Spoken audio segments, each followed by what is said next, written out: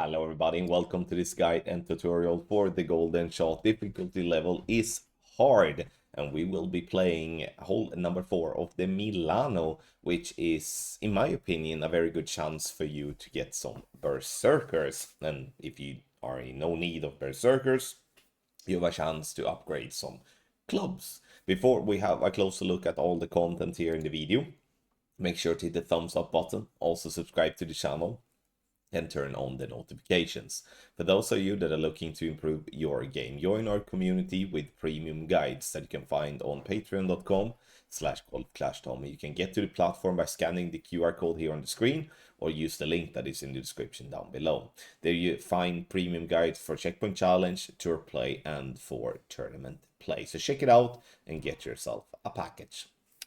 We will be playing, as I said, hole number 4 of the Milano. This is a par 3 that we have been playing before in the golden shot, and we're going to play it exactly the same way this time too. Obviously, you will find the text guide and such at the end of the video and also in the description down below. Obsidian chest for the hole-in-one, amber chest for the yellow ring, crimson chest for the red ring, aqua chest for the light blue ring, and then cobalt chest for the dark blue ring. Press the question mark on the top right to get to the frequently asked questions about the golden shot. If you experience an error or you have any other question that can be covered by the FAQ, then you go and send in a ticket to the Golf Clash support. We are going to play with the golden wood club and long iron. It's all going to depend on what type of wind direction you have. And we're going to have a look at the landing positions here, and we do start with the long iron. And here we are playing from max line. It doesn't matter if you add the spins before or after, but you're setting it up at max with the red ring by the left side of the red ring to be where the rough and the fairway meets. That's the only two reference that you have to care about. Again, you can add spins before or after, it doesn't matter at all. And this is the spot that you play in crosswind and in tailwinds. If you do have a headwind, you will pull into max club, and then we're going to have to play differently. And the way we play differently is that we are going to play a rough bump. So from the complete min line, with then the ball guideline or the tip of the ball guideline to be in the center of the bright green square row, which is approximately 2.5 green squares right of the pin. So that's the spot I'm looking for. And here it is important that you are finding this position before spin, not after spin, because if you're adding the spins, then the ball guideline will look differently. So every time when we're using the ball guideline as a reference, we need to focus on it as to be before spin. We play min plus 10 with our wood club. We play max plus 10 with our long iron. And you can see on the right hand side here on the screen, the green values is for the long iron, the red values is for the wood club. And obviously everything is very simplified in the text guide. Let's have a look at some videos for reference.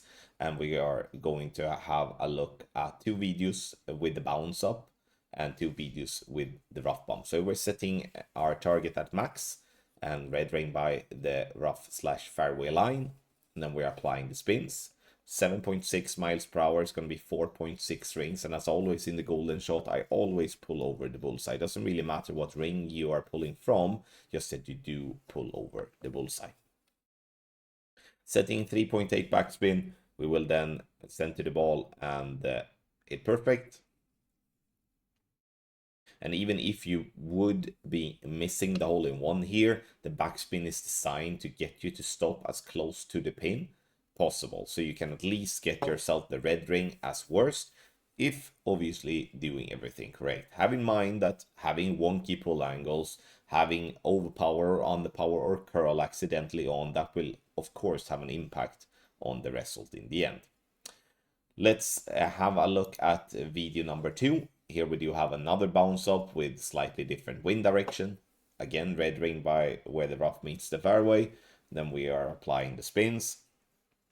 I'm setting 4 backspin. I'm also setting, in this case, 0.6 right spin, because I do feel that this is somewhat in between a straight tailwind and a right to left tailwind. So in the right to left tailwind, we do 1 right spin. In the straight tailwind, we do 0.4 right spin. So therefore, I'm going 0.6 as to do somewhat in between. We're making the adjustment, and we center the ball to hit perfect. Perfect ball it is, and we will then bounce on the pad and up towards the pin, and we are dropping this one for another hole-in-one. A little double bounce action there, but it sometimes does that when you have a decent chunk of backspin applied on our club. Amber chest it is, and we open this one to see we do get the Horizon as an epic, and then we have some other club cards as well, obviously, and combined with the Berserker balls there in the end. We move on. Now we're going to have a look at the rough bump. You see that we do have a headwind. So now we're looking at the tip of the ball guideline, together being at the min line. So tip of the ball guideline in the center of the bright green square row.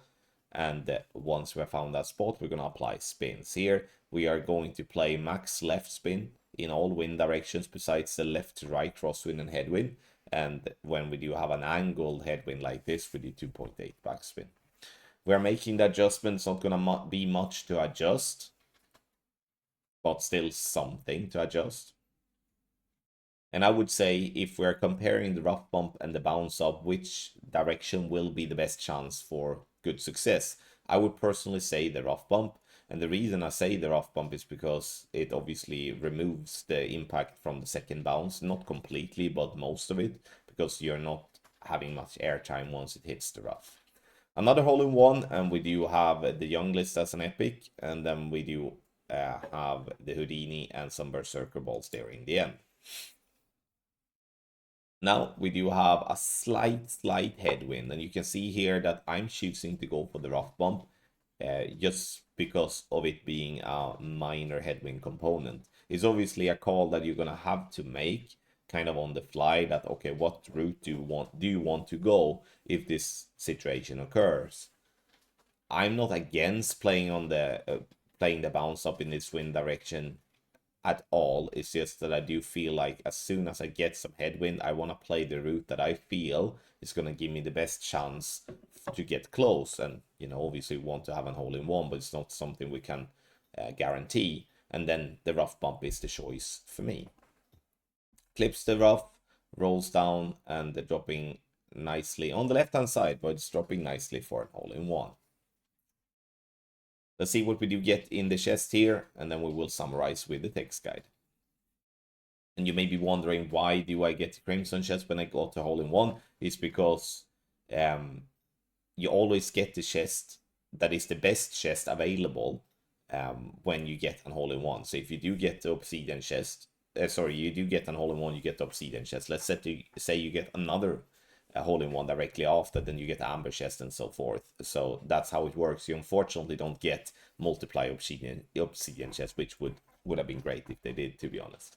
Now let's have a look at the text guide and summarize it all here together. Before or after spin, red ring by left drop at max, and that is the green side. And as you can see there with the spins, it kind of speaks together that everything that is in green is everything in green talks or speaks together. We have the VPR table on the left hand side, and then we have the spins in the center: straight tailwind, 4 backspin, 0.4 right spin, left to right crosswind and tailwind, 3.8 backspin, no side spin, right to left crosswind and crosswind and tailwind, 3.8 backspin and 1 right spin, direct crosswind, left to right, 3 backspin, half a left, right to left direct crosswind, 3 backspin, 1.5 right. And then we do have everything that is marked in red, and that is the rough bump, and it's only going to be played in headwind before spin. Very important, because we do look at the ball guideline as one of our 2 references. So min distance, and then with the ball guide 2.5 green square right of pin, which is also the center of the bright green square row, as you can see there on the picture.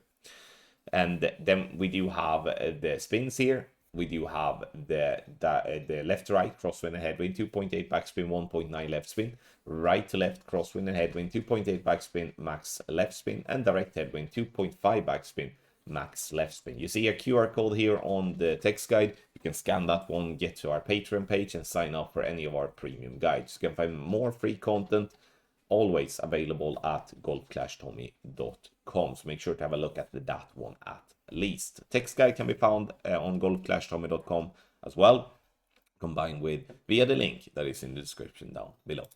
Thank you so much, everybody, for watching this guide and tutorial for the golden shot. A good chance to get some berserkers and some good cards. Let me know in the comment section below how it went for you, and if you enjoyed the guide, make sure to smash the thumbs up button. Thank you once again. I wish you the best of luck in the golden shot.